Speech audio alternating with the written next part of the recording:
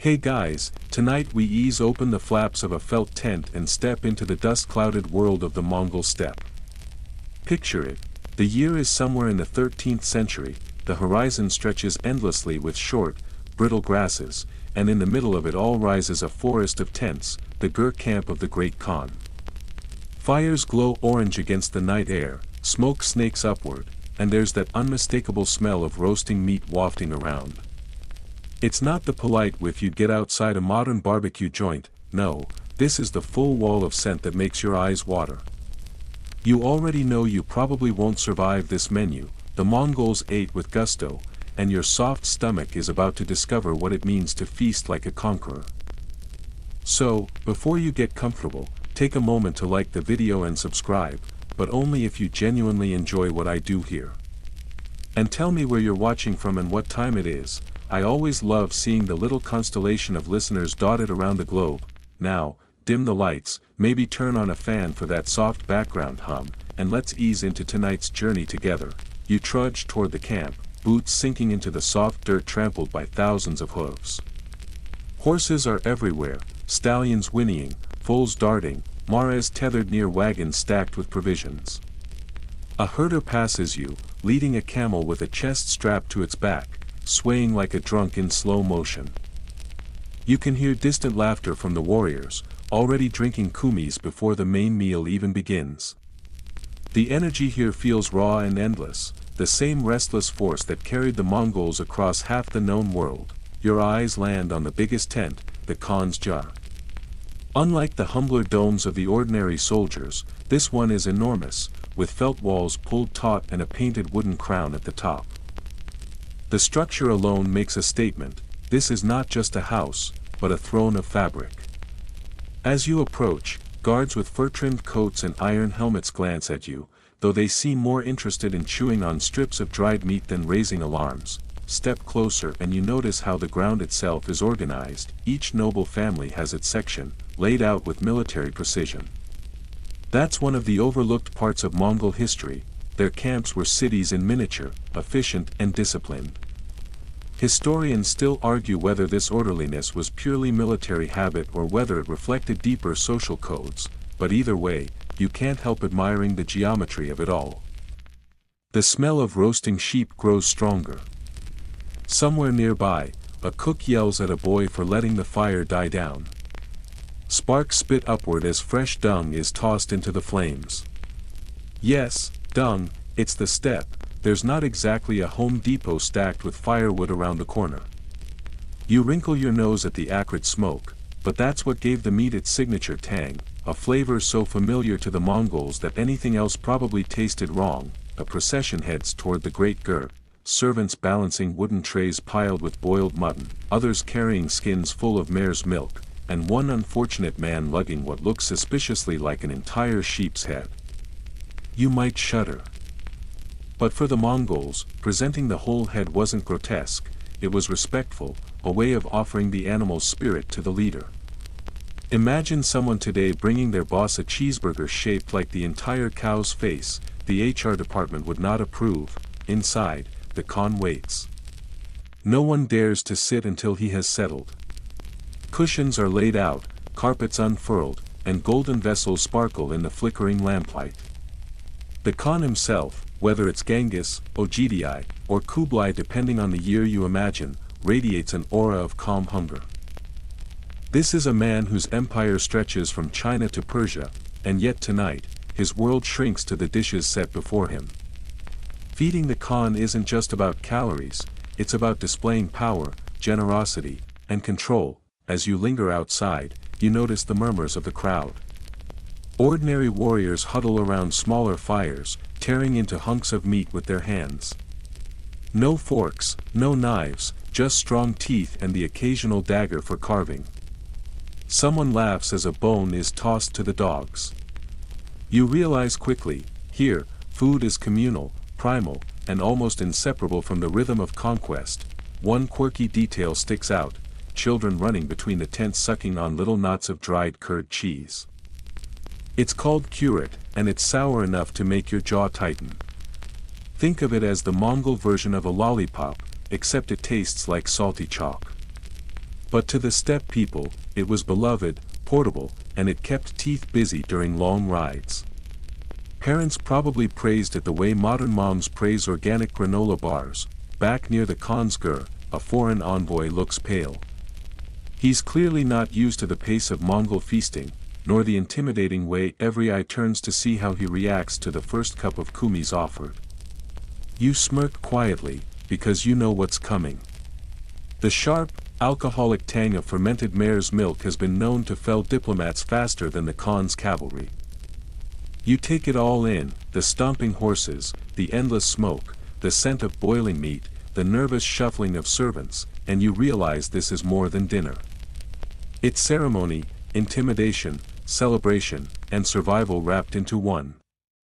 Feeding the great Khan is about feeding the empire itself, one bubbling cauldron of mutton at a time.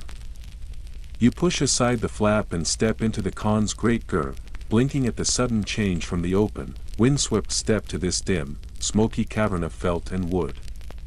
The air is thick, almost chewy, filled with the smell of mutton fat, singed wool, and something sour you can't quite place. The ceiling is high enough that smoke curls upward, caught in the rafters, glowing in the lamplight.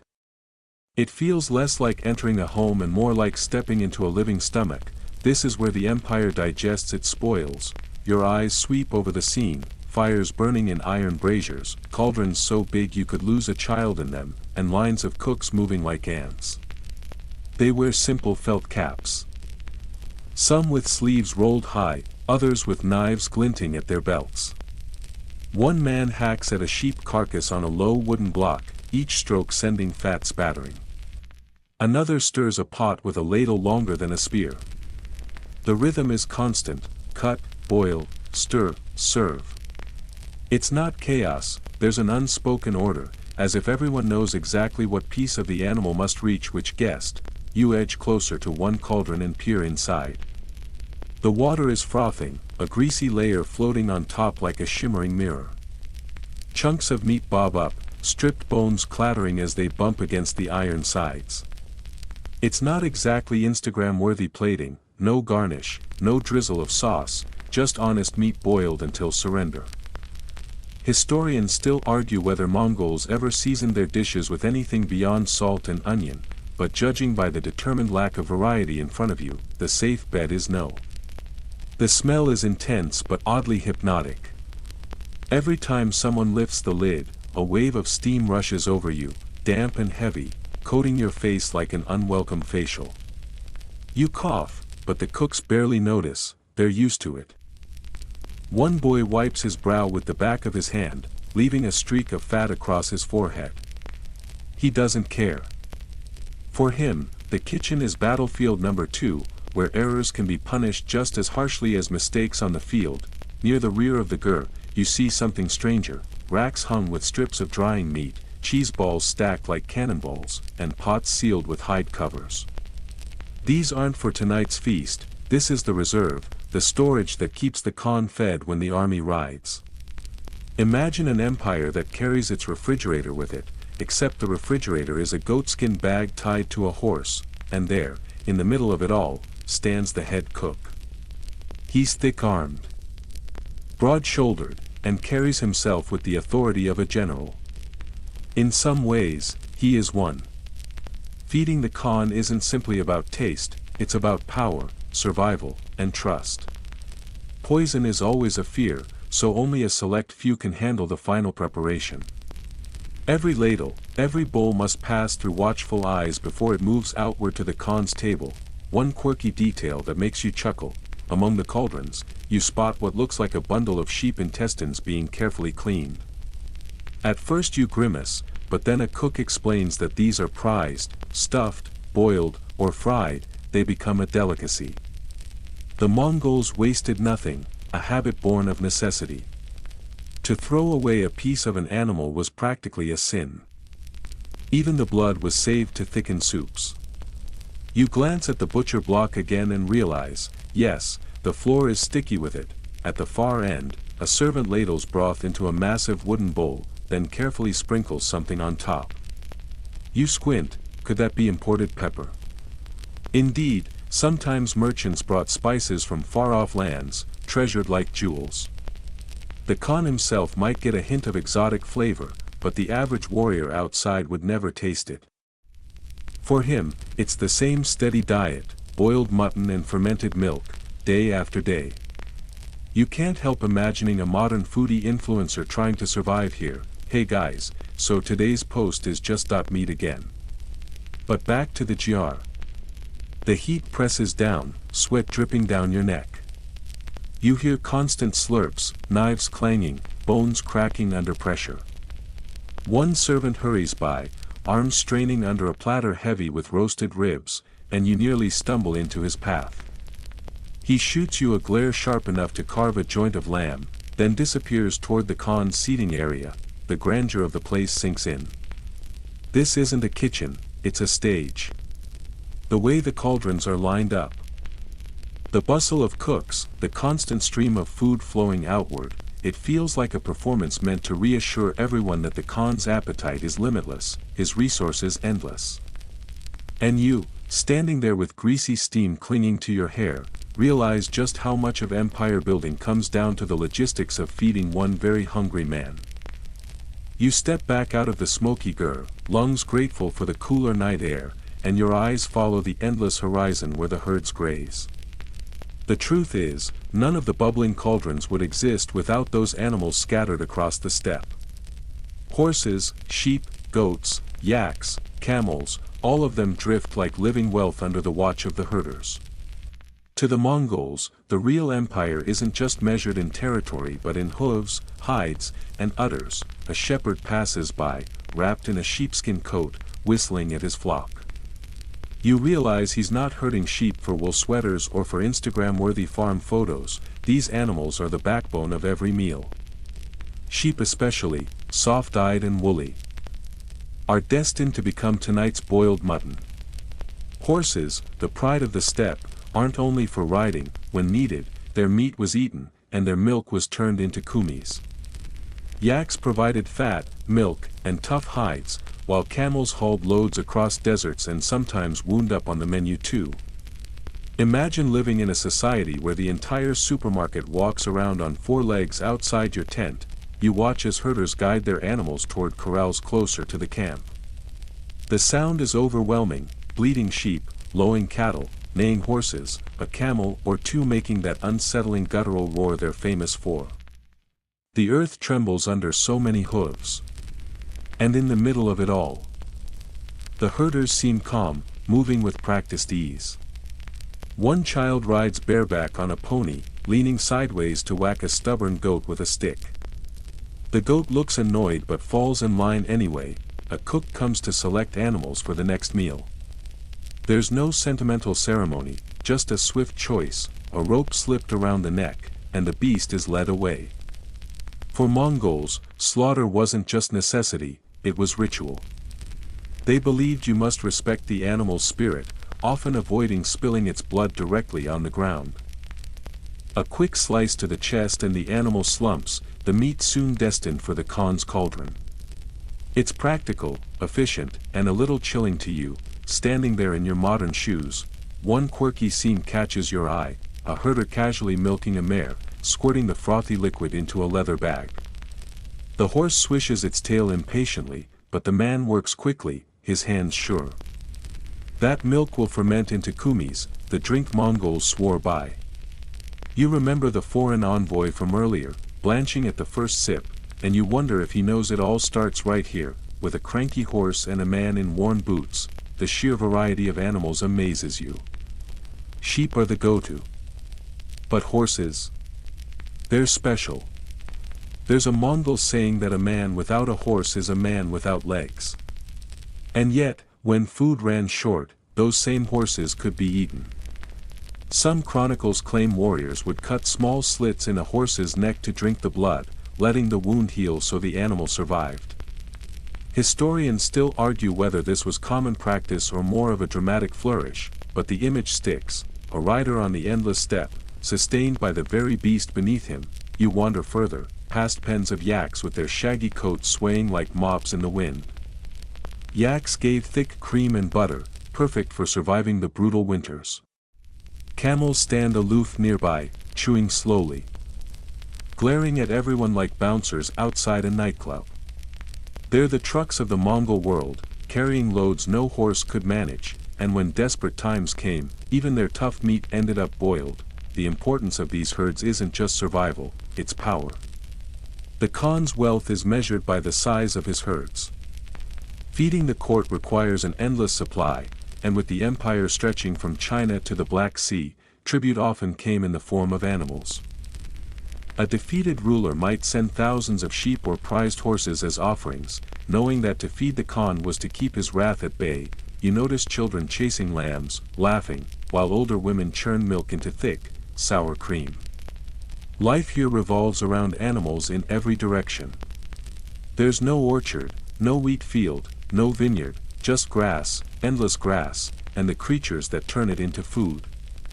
You realize the Mongol diet isn't about choice, it's about adaptation. What the steppe provides, they use.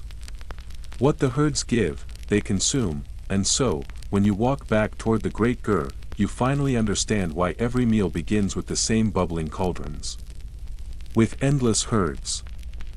The Mongols had endless options, yet at the same time, the menu stayed remarkably simple. It wasn't about delicacy, it was about abundance, about showing that the Khan's animals could feed thousands without strain. And you're just one more guest about to be stuffed with mutton until your stomach waves a little white flag. You wander back into the glow of the campfires, and before you even catch the sight of it, you hear the sloshing sound of liquid being poured into skins. That sour, fizzy smell in the air gives it away. Kumis, the fermented mare's milk, the true lifeblood of the Mongol table. Forget wine, forget beer, this cloudy, frothy drink is what keeps warriors awake, celebratory, and occasionally staggering sideways when they've had too much. You watch as a woman kneels beside a leather bag, beating it rhythmically with a wooden stick.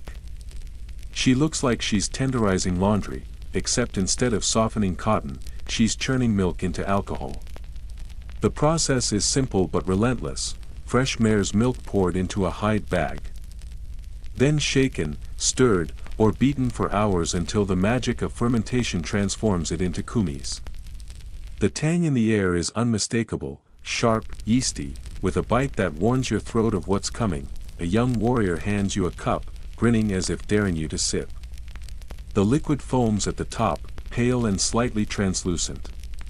You bring it to your lips, and there it is, that first sour punch, like yogurt that decided to run away from home and join a rock band. It fizzes faintly, tickling your tongue, and then the alcohol slides in, warming your chest. You cough, splutter, and the warrior bursts out laughing. Clearly, you've just joined the long list of foreigners humbled by this national beverage. It's not just a drink, it's ritual. Before any feast, before any serious decision, kumis must be shared. Cupped hands raise the liquid to lips, offered to guests as a sign of welcome, or to the spirits as a sign of respect. Refusing a cup is unthinkable. Better to choke it down and pretend to enjoy it than insult your host.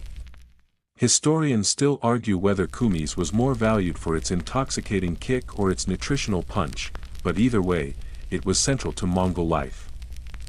A quirky detail you notice: children sip the unfermented version, a sweet, slightly tart milk called arag. They drink it casually, like modern kids with juice boxes, except instead of apples and oranges, it's horse. Their lips are coated white, their laughter carrying through the night as they chase each other around the fires. By the time they're older, they graduate naturally to the fermented stuff, no ceremony needed. The deeper you watch, the more you see kumis as a cultural glue. It fuels conversations, seals deals, and strengthens bonds. At banquets, cups are passed endlessly, each round accompanied by a toast to ancestors, to the Khan, to victory, or simply to the next sip. Try to refuse and you'll have 50 stern eyes glaring at you, silently asking if you've just declared war. So you nod politely and take another drink, hoping your stomach won't rebel. The mare herself deserves some credit. Mongols prized mares not just for their foals but for the endless supply of milk during summer. A single herd could provide gallons every day. When the army moved, so did the mares, ensuring kumis flowed wherever the Khan set up camp. Imagine a beverage so vital that the entire military machine arranged itself around the rhythm of lactating horses. Starbucks wishes it had that kind of pull. One old man tells you stories as he sips. He claims kumis makes warriors braver, their cheeks red and hearts hot for battle. Another insists it heals sickness, calms the spirit, even makes old men feel young again. Whether you believe him or not, you can't deny the way his eyes sparkle after his fourth bowl. You quietly hope it doesn't also make people sing off-key, because a group of soldiers are warming up their voices nearby, and it doesn't sound promising.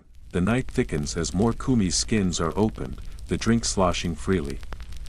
Horses stamp impatiently at the edge of camp, perhaps jealous that their milk has gone to fuel the revelry. You sip again, trying to acquire the taste. Trying not to flinch as the sourness wrestles your tongue.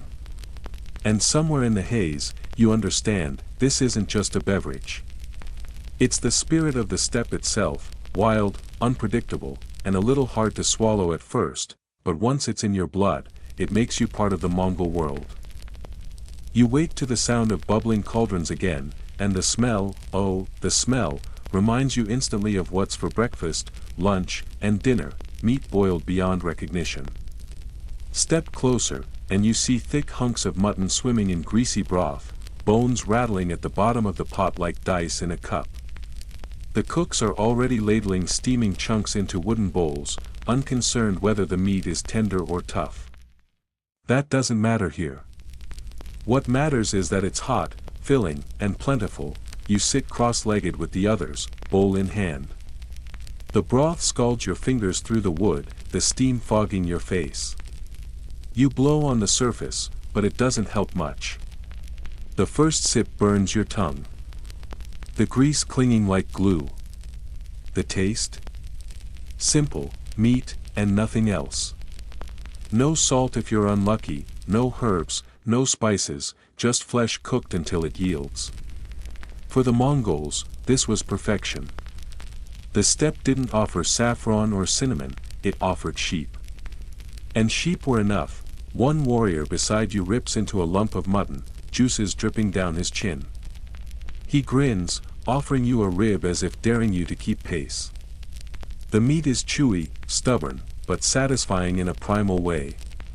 You gnaw, you chew, and eventually, you get it. This isn't about delicacy. This is fuel. A bowl of boiled mutton can power a man through days of riding, hunting, or fighting. It's the Mongol version of an energy bar. Just heavier and messier. Historians still argue whether Mongols really enjoyed this monotony or simply accepted it. Chroniclers often describe the diet as plain compared to the feasts of Persia or China. Yet to the Mongols, simplicity was a strength. Every animal provided meat, fat, broth, marrow. Nothing went to waste. Even the stomach might be boiled and served stuffed, like an early prototype of haggis. You wonder if that envoy you saw earlier would survive one spoonful without fainting. A quirky detail catches your eye, a boy gnawing on a sheep's tail fat, considered a delicacy. It's gelatinous, greasy, and prized for its richness. He eats it proudly, while you watch with mild horror, thinking of all the kale salads in the world that would vanish in fear at this sight. But to steppe people, fat was life, calories stored against harsh winters and long campaigns. Around the fire, people toss bones aside once they've stripped the meat. Dogs leap in to snatch them, tails wagging, gnawing noisily in competition. The crack of teeth on bone echoes like percussion to the steady bubbling of the pots. One warrior laughs and pretends to toss a whole leg to his hound before pulling it back at the last second. Even the dogs seem to accept the joke. It's all part of the rhythm of camp life. Some bowls contain little more than broth, cloudy and greasy, given to children or the elderly who can't chew the tougher cuts. Others are more generous, with thick ribs or leg joints. There's no hierarchy at this meal, everyone eats the same basic dish. Only the Khan receives anything fancier, maybe with a dash of imported spice or served in a golden bowl. But boiled meat remains the foundation, no matter the rank. You sip again, letting the broth slide down. At first, it seems boring, monotonous even. But the warmth spreads through you, steady and grounding. After a while, the taste no longer matters. What matters is the fullness in your belly, the way it anchors you in this harsh landscape. Out here, flavor is luxury, survival is the true seasoning. Someone cracks a bone open with a rock, sucking out the marrow. The sound is obscene, the grin afterward even more so. You hesitate, but a warrior nudges one toward you. You crack it clumsily, the marrow warm and buttery, sliding down your throat. Against all odds, it's delicious. You smile despite yourself, and the warrior slaps your back in approval. Congratulations, you've just passed one small initiation into Mongol dining. The cauldrons bubble on, the fires crackle, and the endless supply of sheep ensures no one goes hungry. And you, greasy-faced and belly full, finally understand why stewing was king. It wasn't about taste. It was about turning raw, tough steppe animals into meals that could feed armies, day after day, with nothing wasted. It was the food of conquerors, plain and unstoppable, much like the people who ate it. You lean back, belly still heavy with boiled mutton, when a new procession enters the camp. Unlike the herders with their shaggy sheep and goats, these figures carry something different: sacks, boxes, jars sealed with wax, and bundles wrapped in silk. Their clothes mark them as foreigners, merchants from far-off lands, eyes sharp and hands careful. Suddenly the air smells less of grease and more of spice. The Mongol steppe may seem like the middle of nowhere, but under the Khan it became the beating heart of Eurasia. Tribute and trade poured in along the Silk Road, and some of that found its way straight into the Khan's kitchen. Tonight, you're about to witness how even the simplest boiled mutton could be dressed up in luxury. Servants unpack the treasures: sacks of black pepper from India, jars of honey, bolts of brocade silk meant not for eating but for draping over tables. A carved silver goblet gleams as it's lifted into the lamplight, meant only for the Khan's hand.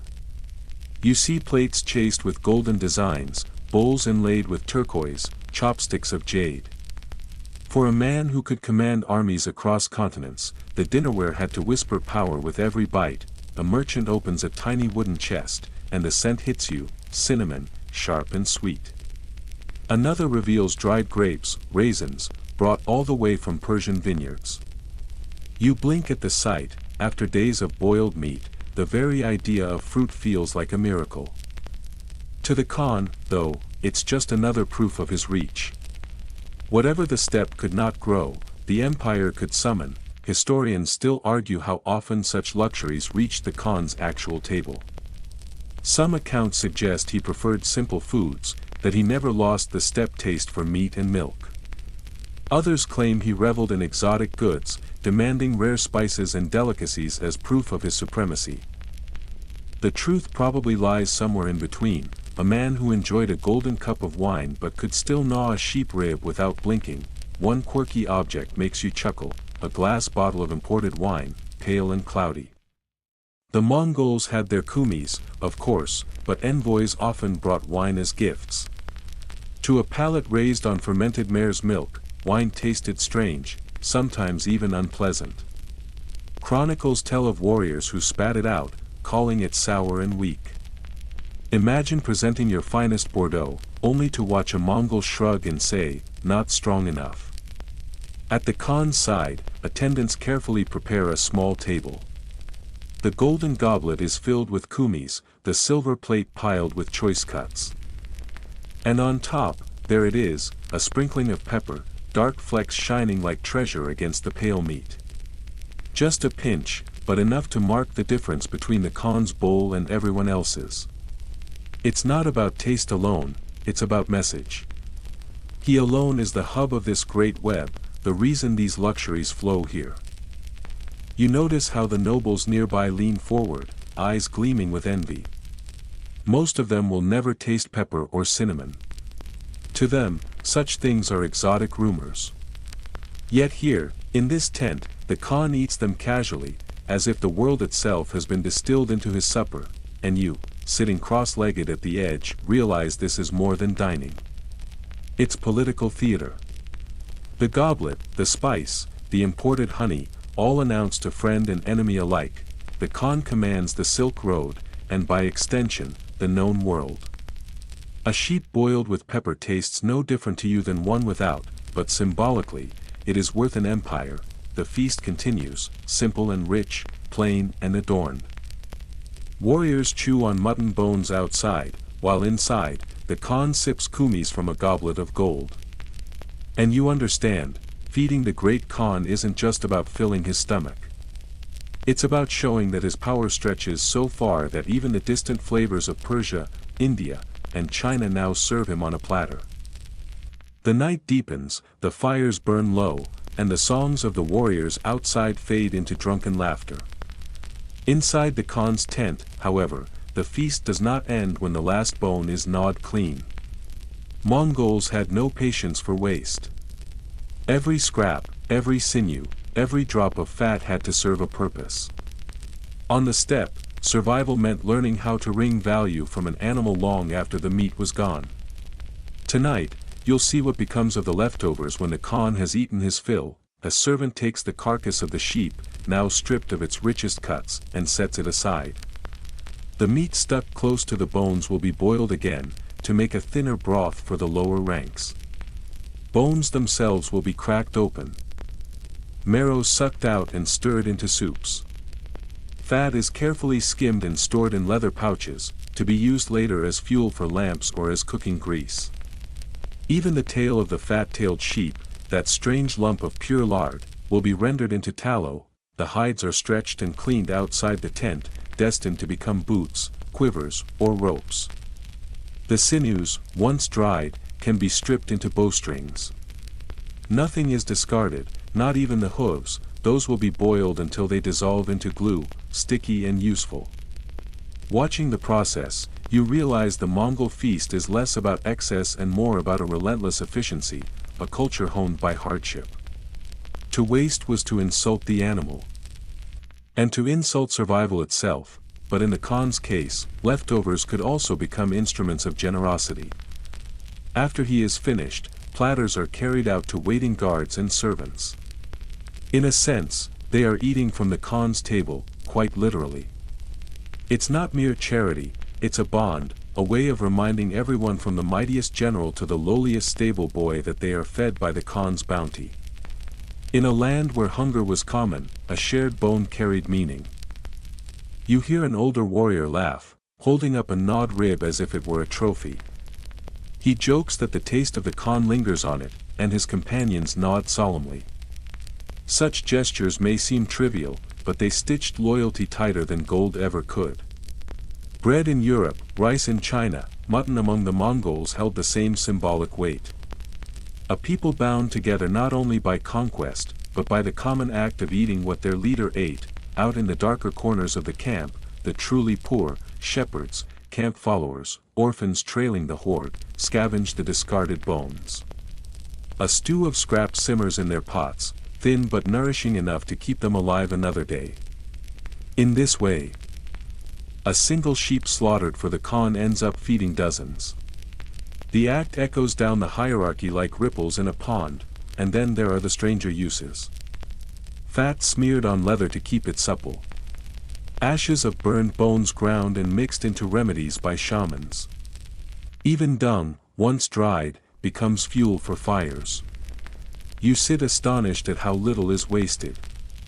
The feast you thought was pure extravagance is revealed as part of a cycle, every fragment of the animal pressed into service, either as food, tool, or offering. Some chronicles mention rituals at this point. Shamans sprinkling broth on the earth to honor the spirits, or casting bones into the fire to let smoke carry prayers skyward. To the Mongols, eating was never just a physical act. It linked the living to the spirit world, the herd to the hunter, the conquered lands to the empire. In the crack of a bone or the hiss of fat on flame, they saw signs of favor or warning. you realize that while kings in other lands showed wealth by wasting food, lavish banquets with untouched dishes left to rot, the Khan's court displayed power differently. Here, the strength was in using every part of the feast, in proving that nothing could be squandered when survival was always one bad season away. Paradoxically, this ruthless thrift made the luxury items, the pepper, the silver goblet, all the more dazzling. Against the backdrop of relentless practicality, even a pinch of spice became extraordinary, so as the feast winds down and the last scraps are handed out, you see the balance clearly: abundance and austerity, luxury and necessity, woven into the same meal. The Khan's table was both a stage of power and a reminder of the harsh truths of the steppe. To rule meant to consume wisely, to feed others, and to leave nothing to waste. The fires are nearly out when you notice a cluster of pale-faced servants hovering near the Khan's table. They aren't here to eat. They aren't here to drink. Their entire job is far less enviable: they must risk their lives with every bite. You've stumbled into the world of the food tasters, those unlucky souls who made sure no one could slip poison into the Khan's feast without sacrificing themselves first. One man steps forward, picks up a morsel of roasted mutton, and chews slowly under the eyes of a stern guard. The tent falls quiet for a moment as everyone watches. If he collapses, they'll know the food is tainted. If he lives, the Khan may finally take his own bite. It's a grim theater. Repeated with each dish, every sip of fermented mare's milk, every sprinkle of spice on a platter, the Mongols, for all their strength, feared poison deeply. Death on the battlefield was honorable, but to be brought low by something hidden in a goblet was shameful. Historians still argue whether this paranoia was fueled more by genuine threats or by sheer superstition. After all, rival courts across Asia and Europe had long practiced the art of poisoning, and rumors of assassins followed the Khan wherever he rode. The tasters themselves lived in a strange limbo. On one hand, they were close to the Khan, trusted enough to touch his food before it reached him. On the other, they were expendable. Human shields against invisible enemies. Some say tasters were chosen from among slaves, others claim they were loyal retainers rewarded with protection for their families. Either way, they dined in dread every day. Imagine trying to enjoy your supper knowing it might be your last. You'd chew each bite like it was a landmine. Occasionally, a foreign envoy would be required to sample his own gifts. Picture an Italian merchant nervously sipping his imported wine in front of the entire court, trying not to grimace. The Mongols weren't subtle with their suspicions. They would order, drink first, and watch closely. Refusal wasn't an option unless you wanted your head to roll. There's a quirky tidbit here: records mention that tasters sometimes faked illness just to be excused from duty. One chronicle even hints at tasters deliberately oversalting or spitting into food to deter anyone else from stealing the Khan's portion. It's hard to say how much is true, but the job clearly inspired both fear and resentment. When the Khan finally raises his cup, you feel the tension melt slightly. Still, everyone watches his throat as he swallows. There's a silence, then laughter when he slams the empty cup down and roars for more. Relief floods the tent, though the tasters don't smile. They know another dish will arrive, another risk to face, and it wasn't only the Khan who relied on tasters. High-ranking generals and princes also had them, forming an invisible line of human shields in the culinary world. To eat without a tester was seen as reckless, even foolish. Imagine a feast where half the people dining aren't there to celebrate but to gamble with their lives on your behalf. Outside the tent, whispers spread whenever someone fell ill after a meal. Was it spoiled mutton? Was it sabotage? Or was it simply indigestion from too much kumis? Historians still debate whether any great Khan actually perished by poison. But the fear alone was enough to shape these elaborate precautions. You find yourself oddly sympathetic to the tasters. They were part of the pageantry but also prisoners of it, sitting at the center of wealth and power yet never free from danger. Their sacrifice made the Khan's banquets possible. Without them, every dish would have been shadowed by suspicion. In their way, they kept the empire's heart beating, one cautious bite at a time. Morning light breaks across the horizon, painting the steppe in bands of silver and gold. The tents stir, banners flap, and the sound of horses nickering fills the air. The feast of last night is gone, its bones boiled into soups for the rank and file, but now you see the larger challenge, how to feed not just the Khan and his court, but an entire army constantly on the move. You trail behind a caravan of carts, oxen straining under the weight of leather sacks and wooden chests. These are no ordinary wagons, they are the lifeline of conquest. Inside them lies the empire's pantry, dried meat stacked like firewood, cheese wheels hard enough to last for months, and curds pressed into dense blocks. The Mongols perfected portable food before the word ration was even coined. One of the soldiers hands you a strip of dried meat, tough as leather. It's called borts, lean mutton sliced thin and air-dried until it turns brittle. To eat it, warriors grind it into powder and stir it into boiling water, making an instant soup.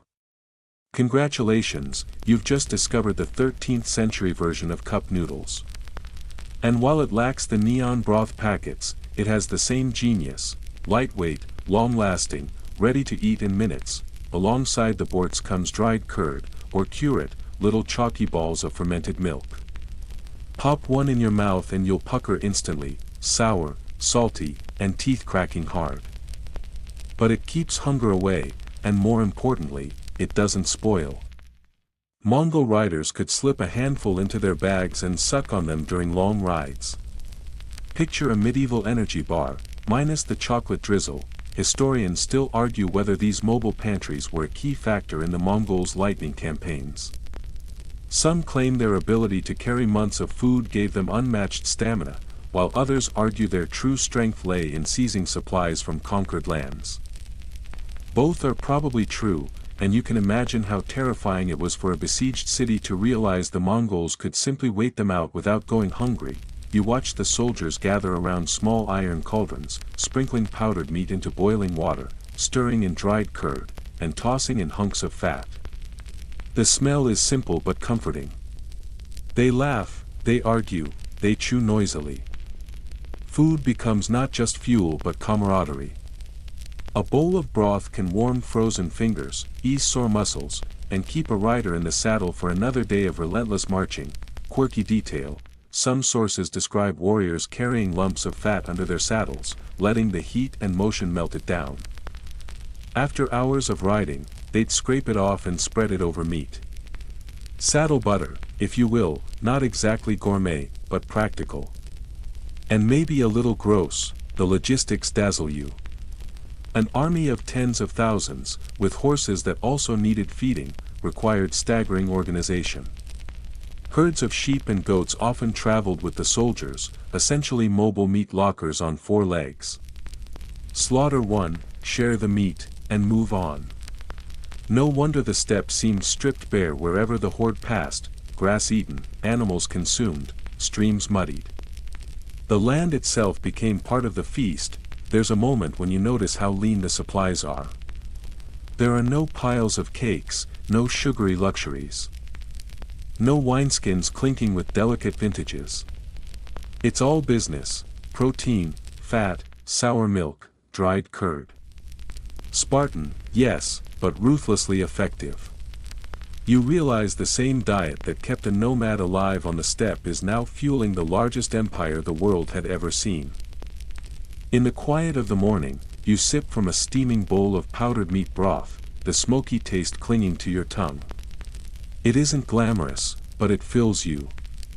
Around you, the warriors mount their horses, bowls still in hand, slurping as they ride off. Eating on the move isn't a quirk, it's a necessity.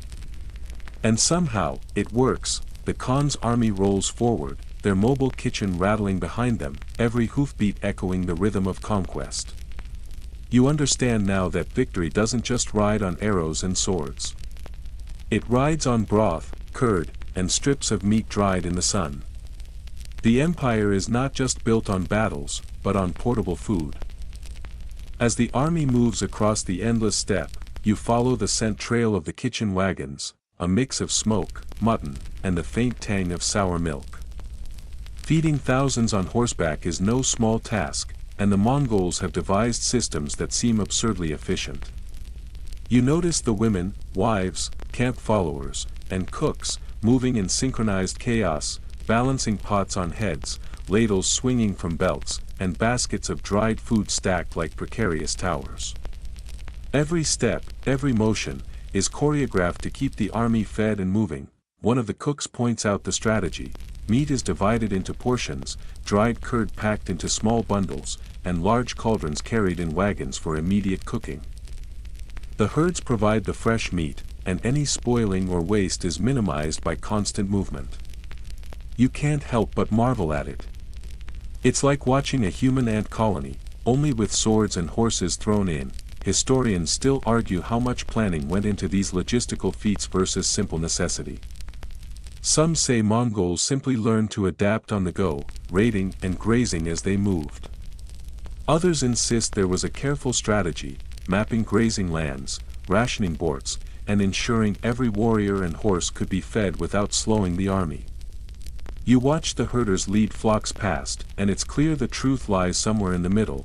A quirky observation: some soldiers carry small, portable grills, essentially iron plates heated with coals from dung fires. They roast small chunks of meat while riding breaks, producing smoke that makes horses twitch and the air taste faintly of scorched hair. Not gourmet, but functional. You try a piece and marvel at the chewy, smoky flavor. It's nothing like last night's boiled mutton, yet it carries the spirit of the steppe. You follow the riders as they stop near a river. The horses drink, soldiers scoop water into bowls, and a small group begins preparing lunch. The meat, mostly boars, is shredded, mixed with water, and cooked over quick fires. Children chase each other, laughing, while older men inspect weapons or tend to wounds. The meal is humble but enough to sustain them. Each bite is chewed in rhythm with the movements of the camp, efficient, necessary, survival-driven. Meanwhile, the Khan himself rides at the front, attended by his closest generals. He isn't concerned with the meal itself, his diet is routine, but with ensuring the army keeps moving, the herds are managed, and the supply chains hold. Feeding the great Khan is more than about satisfaction, it's about maintaining morale, loyalty, and the illusion of inexhaustible power. You glance back at the kitchen wagons and see smaller servants preparing leftovers for those too weak to ride alongside.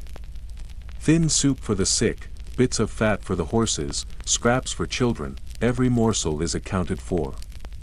The Mongols treat food like currency, a way to bind the empire together. It's pragmatic and strangely egalitarian. Everyone eats, though the quality differs, and everyone survives, or tries to. Quirky detail: some wagons carry dried fish or jerky obtained from faraway lands. You taste a thin slice and wrinkle your nose at the unfamiliar tang. Yet for a soldier, it's a welcome change from endless boards. Variety may be rare, but when it arrives, it's treasured. By mid-afternoon, the camp moves again, leaving smoke plumes and footprints in the dirt. You trail the wagons, catching glimpses of children gnawing curd balls, soldiers slicing meat into bowls, and horses nudging the cauldrons for scraps. Feeding this mobile empire is as much an art as it is survival, a blend of ingenuity, brute force, and careful calculation, and you realize something important: behind every conquest, every sweeping victory across the steppe, lies a less glamorous, almost invisible triumph, keeping thousands fed, day after day, on the move. Without it, there would be no Khan, no empire, no feasts in golden goblets. Food, simple and stubborn, fuels the machine of history. Night falls again, but this time you find yourself observing the campfires of the lower ranks. Here, away from the Khan's golden goblets and imported spices, the meals are simpler, stripped to bare essentials. Soldiers huddle around small flames, boards softened with water, a little fat added if they're lucky, curd balls passed around like precious currency. This is the reality of Mongol life: raw, functional, and never indulgent. The smell is familiar, earthy, smoky, with the faint tang of sour milk, but it carries a different rhythm now. There's camaraderie in chewing together, laughter in sharing tiny scraps, and the occasional bickering over whose turn it is to stir the pot. The army survives because of these small daily rituals, each act of sharing cementing loyalty in ways that no decree or edict could match. Historians still argue how harsh the diet truly was. Some sources suggest Mongol warriors ate nearly constantly, fueled by the high-fat, high-protein menu, while others claim meals were infrequent, forcing soldiers to rely on instinct and what they could hunt. Watching the camp, you suspect the truth lies somewhere in between. Constant movement demanded high energy, but resources, while abundant for the Khan, were rationed carefully for the rank and file.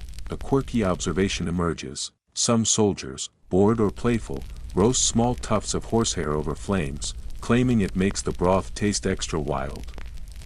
It's nonsense, of course, but it entertains, and humor goes a long way in keeping spirits up. You try not to wrinkle your nose as they stir the tiny burnt fibers into the soup, imagining some modern chef declaring it artisan smoke infusion. Beyond the flames, you notice the horses. Grazing or tethered, they eat quietly, their presence a constant reminder of the army's reliance on mobility. Horses were not just transport, they were refrigerators, milk sources, even occasional meat supplies. The bond between rider and steed was practical, yes, but also deeply intimate. A man who mistreated his horse risked both his life and his ration of borts. Children and servants scurry between fires, distributing portions of curd, dried meat, and fat. You watch a small girl sneak a chunk of borts into her mouth, smearing powdered meat across her fingers. She laughs when caught, holding up her sticky hands like a trophy. These minor victories, these small acts of indulgence, are perhaps the closest taste of luxury most will see.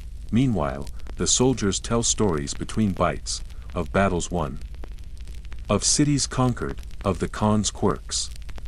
One claims the Khan can eat an entire sheep in a single sitting without pausing. Another insists that the Khan once drank a whole skin of kumis in one gulp and then rode 15 miles without resting. You can't verify these tales, but they serve a purpose, bolstering morale and reinforcing awe. A subtle hierarchy is visible even here. Veterans get the first portions, the freshest cuts. Novices or weaker soldiers receive the brothier bits or scraps. Yet everyone eats, and the distribution, while pragmatic, builds trust. Hunger could fracture an army as quickly as defeat in battle, and the Mongols understood this deeply. Quirky detail: some soldiers crush dried berries into the bort's broth for a hint of sweetness. It's an unusual combination, gritty and tangy, but morale counts as much as flavor.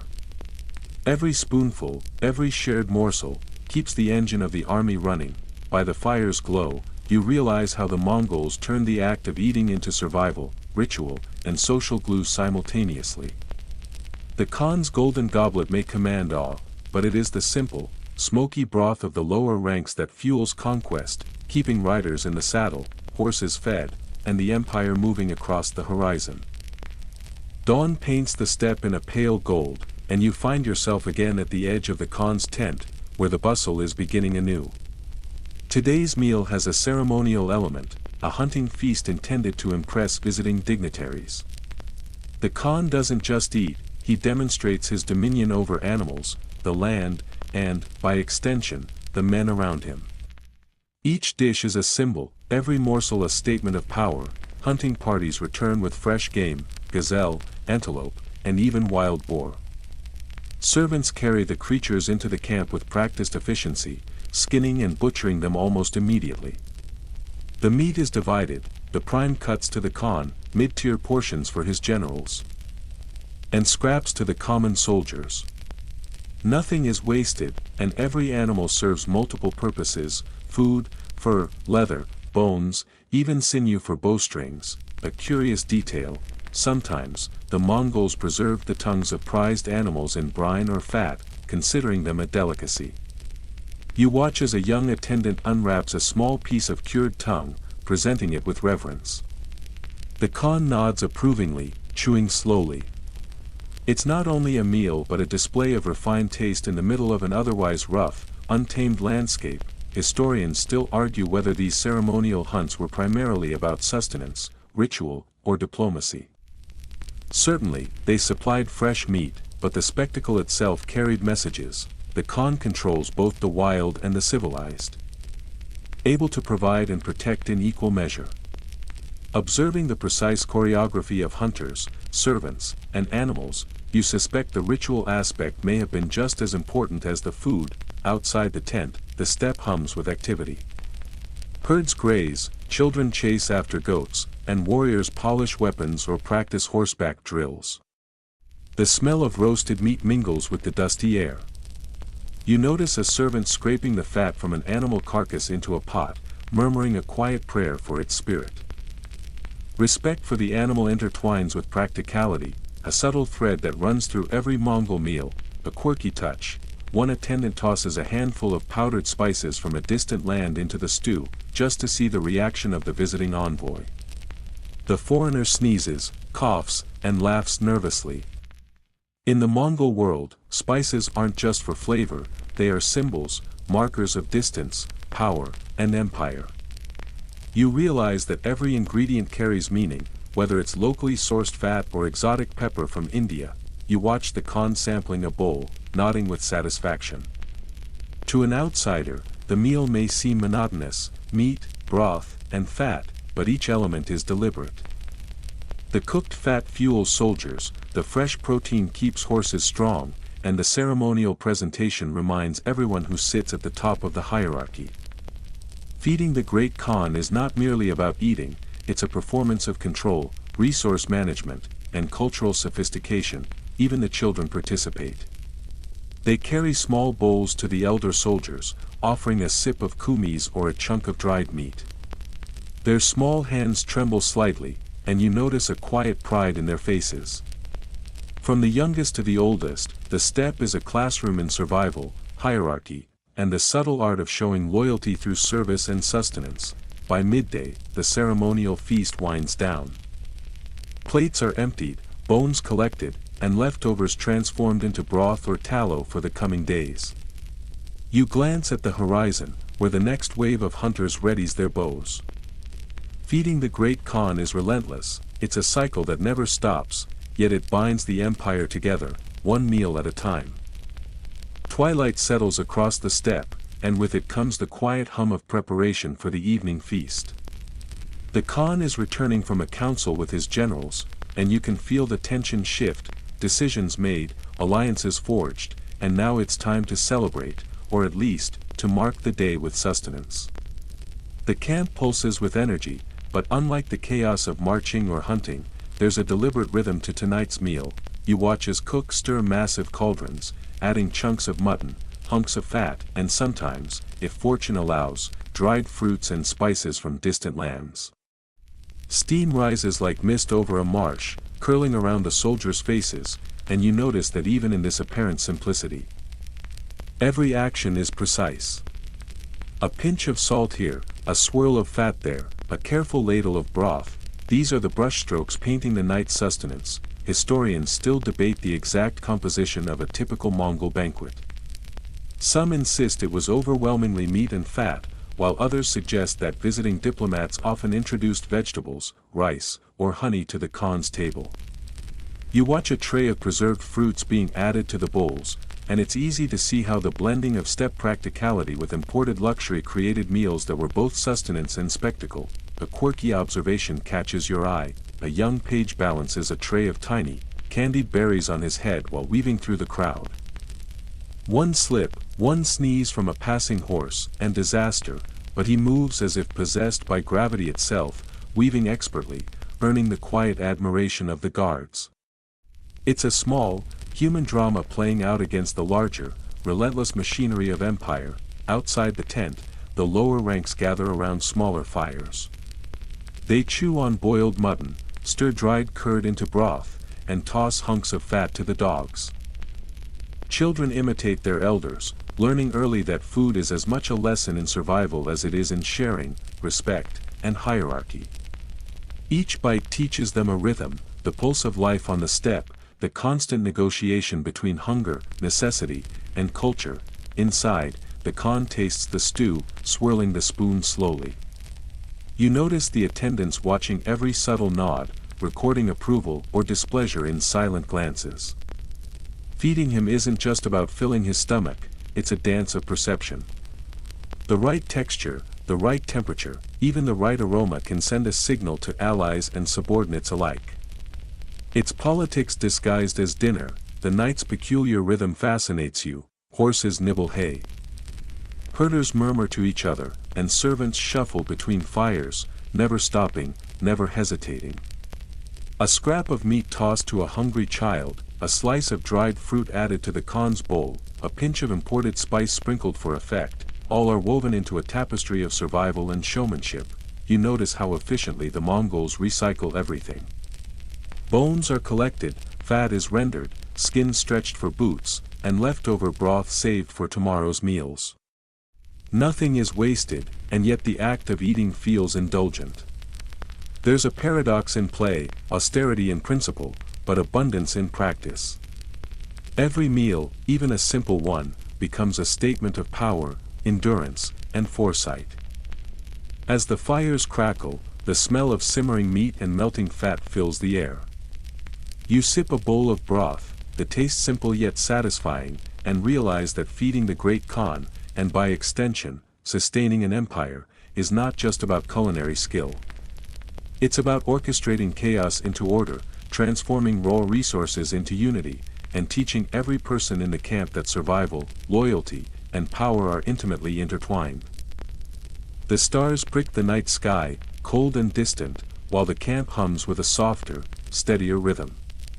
Fires burn low, shadows stretch across the tents, and you sense the day's final act is upon you, the post-feast ritual, where leftovers, drinks, and memories of the meal are managed carefully before sleep takes hold.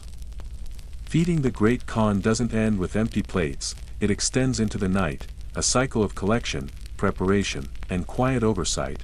You watch as servants move silently, collecting uneaten morsels from the lower ranks' fires. Bits of mutton, lumps of curd, and small scraps of dried fruit are pooled into cauldrons. Fat rendered from previous meals bubbles gently over flames. These humble efforts will become the first meals of tomorrow's march, a constant cycle of nourishment. Nothing is wasted, and everything contributes to survival. Even in the shadows, food commands attention. Historians still debate how much this constant cycle influenced Mongol strategy. Some argue that logistical mastery, feeding men and horses efficiently, was more decisive than battlefield prowess. Others claim conquest came first, and the army simply adapted, learning to feed itself along the way. Observing the systematic collection and redistribution of scraps, it's clear that organization and efficiency were just as crucial as sword or bow. A quirky detail: some soldiers carefully collect horse dung, drying it into fuel for small cooking fires. The smell is sharp and strange, but it works, keeping the camp fed and warm. You wrinkle your nose but admire the practicality. On the steppe, ingenuity often disguised itself in unlikely forms. Nearby, children wash dishes with cold river water, careful not to break bowls, even as frost creeps into the air. They chatter quietly, a soft soundtrack of laughter and complaints, while elders watch from the shadows. Every gesture reinforces hierarchy, teaches patience, and maintains the rhythm of survival. To be part of the camp is to learn how to sustain life in a harsh, unforgiving environment. The Khan sits slightly apart, reviewing reports or perhaps simply observing. His evening meal is done, but his influence remains pervasive, etched into every act of collection, cooking, and preparation. A pinch of spice, a carefully rendered bit of fat, even the smallest curd ball carries his implicit command. Feeding him is feeding the empire itself. You notice a servant quietly offering kumis to the night watch, ensuring no throat goes dry, no belly empty. It's a reminder that sustenance is both practical and symbolic. Loyalty, hierarchy, and survival flow from the same cauldron. The faint smell of simmering broth and cooling fat mixes with the earthy aroma of animals and the sharp tang of fermented milk. creating a sensory signature of Mongol life. By the time the camp settles into sleep, fires reduced to embers, the meticulous routines of feeding, collecting, and redistributing are nearly complete. You sip a final bowl of warm broth, feeling the rhythm of the day echo through your body. It's not glamorous, but it's effective, and you recognize the extraordinary discipline behind what seems mundane, feeding thousands while conquering continents, and as the tents quiet, you understand that every bite, every scrape of fat, every boiled bone is part of a grand machine. The feast doesn't just nourish bodies, it sustains loyalty, power, and the relentless momentum of an empire that moves like a single, hungry organism across the steppe. The next morning dawns crisp and quiet, a deceptive calm after days of feasting, marching, and preparing.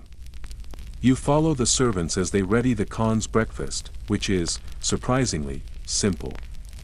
Boiled mutton again, a small portion of borks, and a steaming bowl of fermented mare's milk. The Khan eats quickly, efficiently, barely acknowledging the workers scurrying around him. To him, food is fuel and ritual combined, indulgence is secondary, yet the spectacle continues. Dignitaries from nearby tribes are allowed glimpses of the Khan's breakfast, though they rarely taste it. The message is clear: the Khan eats like the steppe, but commands more than the steppe can supply. Even a humble meal reinforces authority. A single sip of kumis or chew of mutton becomes both sustenance and statement. Historians still argue whether the Khan ever truly craved luxury, or if simplicity itself was his deliberate power play. A quirky observation: a page drops a spoon, and the Khan chuckles, not at the mistake but at the page's panicked bowing. Humor threads through the harsh routines, even the greatest conqueror appreciated small levity. You smile at the thought, imagining the steppe's endless monotony punctuated by tiny moments of absurdity. Outside, the army begins its daily motion. Horses paw the ground, herds are rounded up, and the wagons clatter along the dirt paths. Meals are packed, cauldrons stoked, and leftover fat and broth carefully distributed. Feeding the great Khan is only the beginning, the real challenge is sustaining an entire Mongol empire, day after day. Every morsel counts, every ration measured. Nothing is wasted, and the practice of efficiency has become second nature. You follow a group of soldiers as they mix dried meat and fat into a quick stew for midday consumption. Children mimic the actions, learning the essential skills of survival, cooking, rationing, and working together. The seemingly mundane acts of peeling, boiling, and distributing are actually a carefully orchestrated ballet, honed by generations of nomadic expertise. Historians still debate how much of the empire's success can be attributed to its food systems. Clearly, mobility, strategy, and martial prowess mattered, but without consistent, portable sustenance, the Mongols could not have sustained their vast campaigns.